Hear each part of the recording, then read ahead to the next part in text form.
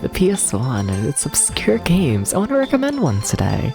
It's 1998's Wonder Truck, and yeah, obscure one this is.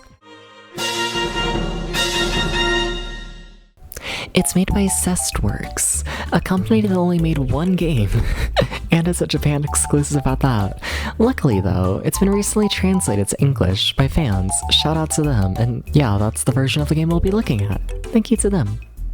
So you play as Nick, joined by the professor in your hunt for your lost brother, or if you're the professor, I guess a nice egg to eat. The majority of the game is written in a very slapstick, unserious way. It reminds me a lot of Welcome House, honestly, also for the PS1. I act like anyone knows what Welcome House is.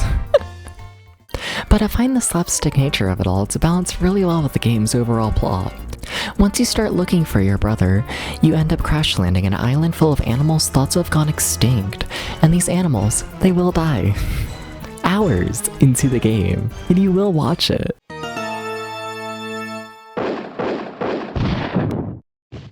It's a really nice balance in tying it all together as the game's generally chill atmosphere.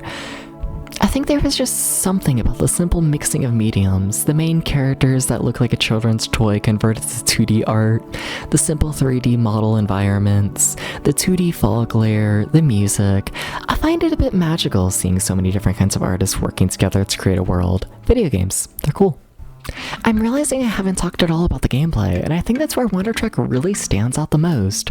There are a lot of these PS1 games with a heavy focus on exploring nature and just looking pretty, and don't get me wrong, they're all good vibes and I love them.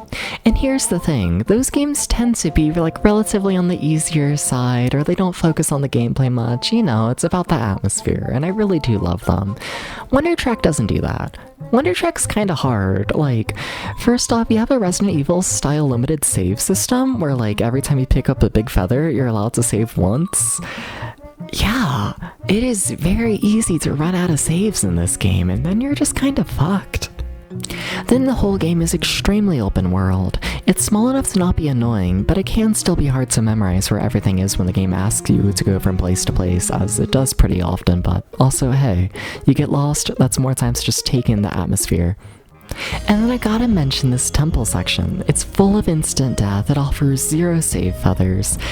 It's really kind of fucked up, and I honestly really like to see it. I think more of these atmospheric games should have kind of fucked up gameplay, you know? It brings a little charm to the game. You know, I like a game that makes the player, like, you know, think about it. Last thing I'll mention, this game has a ton of boss fights. Like, they don't hold back on the gameplay at all, there's so much of it. Like, if this game looked like shit, it would still be a good game, and that's not something a lot of these atmospheric games can say, but Wonder Truck does it. Like, here's some of the boss fights. There's a lot of them, and for the most part they're all pretty good. And that's Wonder Truck, an all-around wonderful little adventure. Rest in peace, Gorilla.